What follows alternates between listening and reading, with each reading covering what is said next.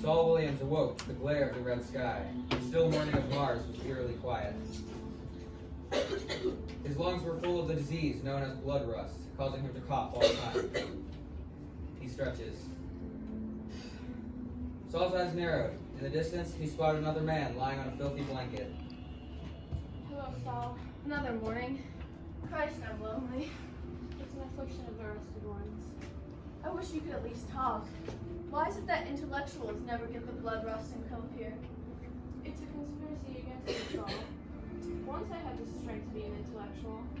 Now it's a draining task to even think. If only we could talk. I wish I were as sick as you.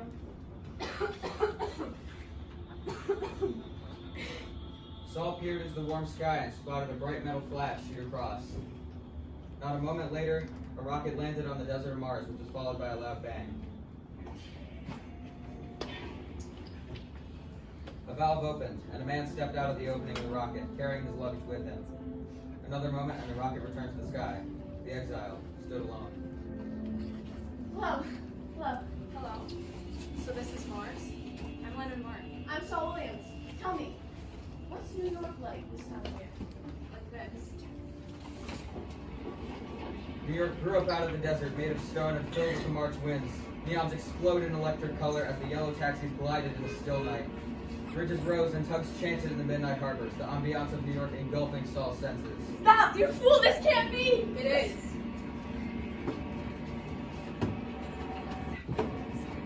You! The image of New York had disintegrated and Mars returned. Saul stood in the empty desert, staring upon the young newcomer who stood blankly as he watched him return to his senses. You did that with your mind? Yes. You can't know how glad I am for you to be here. You can't. Are you okay? It's nothing.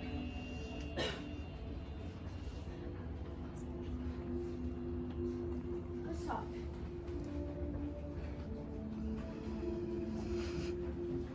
It was noontime where they stood talking. This ability of yours.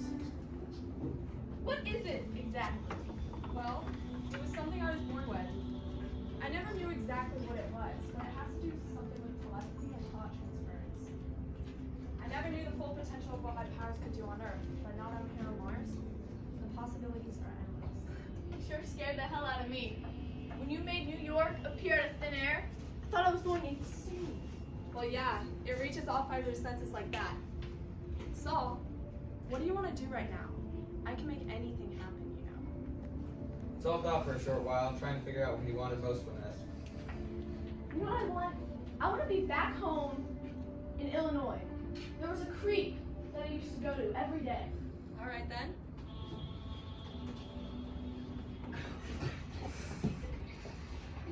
Saul fell back, closed his eyes, and began to swim.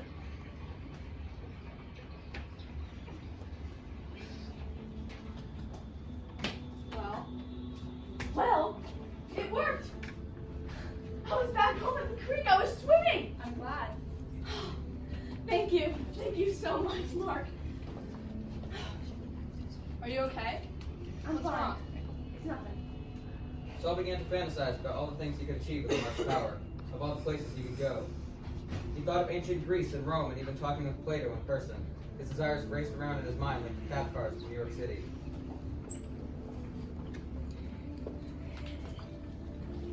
Mark, I think it'd be best to be headed for the mountains. Why? You see those men running in the distance? Some of them are insane.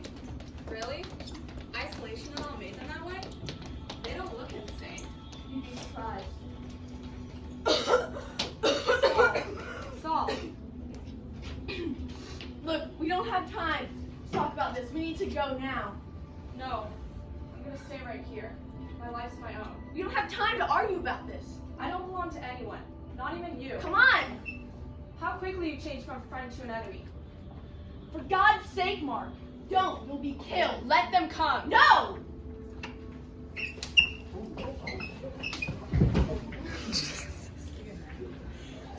Saul dragged Mark off to a cave in the mountains.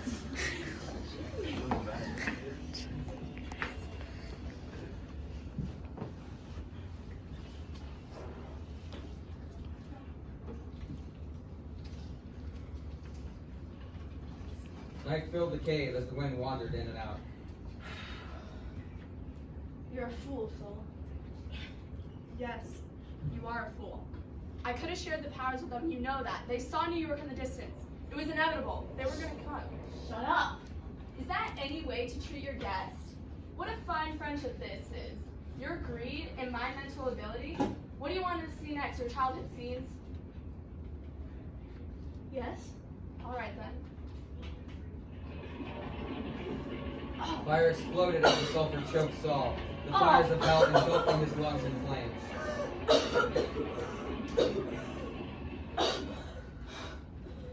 You. What do you expect? I don't belong to anyone. You've got to belong. I can't let them have you. I've been happy to do these little hypnotic favors for you, but you botched it. I could have shared my powers with them, but you wanted to be greedy and keep me to yourself. I'm sorry, Mark.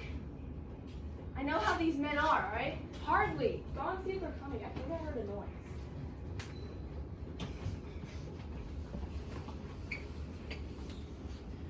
Mark, I don't see anything. Mark!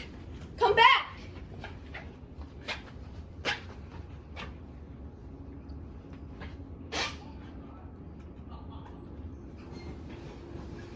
No! Look, I'm sorry.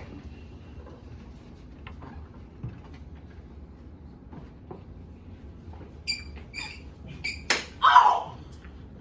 Ah! If you kill me, where are all your dreams go? Kill me, I dare you. Come in, gentlemen.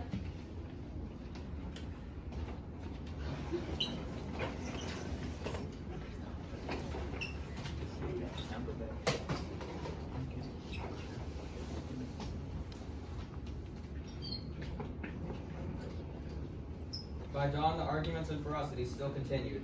Mark sat among the glaring men, rubbing his wrists, newly released from the bogs. He had created a marble table at which they all sat, except for Saul, the sweating and greedy men, eyes all bent upon their treasure. The only way to settle this is for me to have appointments with you all. I'll be free to come and go. As for Saul, he's on probation until he can prove to be a civil person. On Mondays, it's Smith's days. On Tuesdays, I'll take Peter. On Wednesdays, I'll finish up with Jim and Johnson. The rest of the week, I'm left to be strictly alone. If you don't obey, I won't perform at all. Maybe we'll make you perform. Look, we're 5 against 1. We can make you do anything we want. He's telling us what to do. Why don't we tell him? Maybe we'll get a little bit of wood out of your toenail or steal fire on these pretty little fingers, and we'll see if you perform. Don't listen to him. He'll kill you all just to have me to himself. You will all kill each other by the end of the week, and one of you has a gun.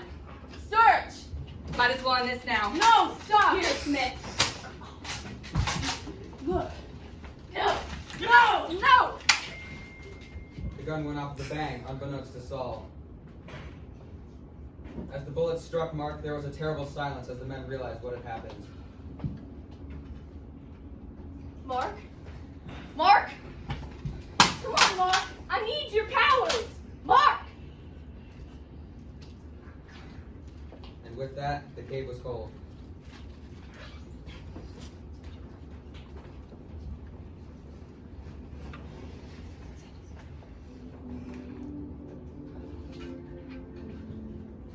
Saul was so weak he couldn't move. His legs were grown into the earth, with roots feeding deep of loneliness and fear in the cold of night. There was the sound of someone digging in the earth with a spade.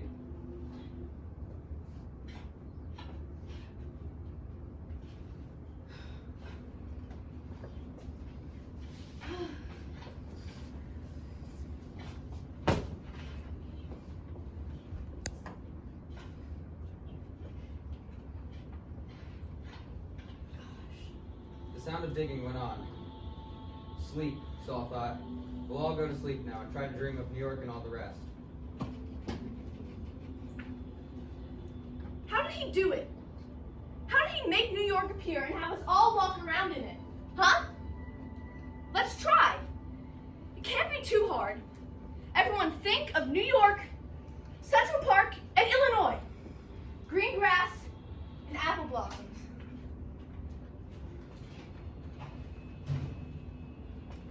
It didn't work. New York was gone and there was nothing he could do that would bring it back. He would rise every morning and walk the Dead Sea trying to find it. He would walk forever around Mars, but would never succeed. He would finally lie, too tired to walk, trying to find New York in his mind, but never succeeding.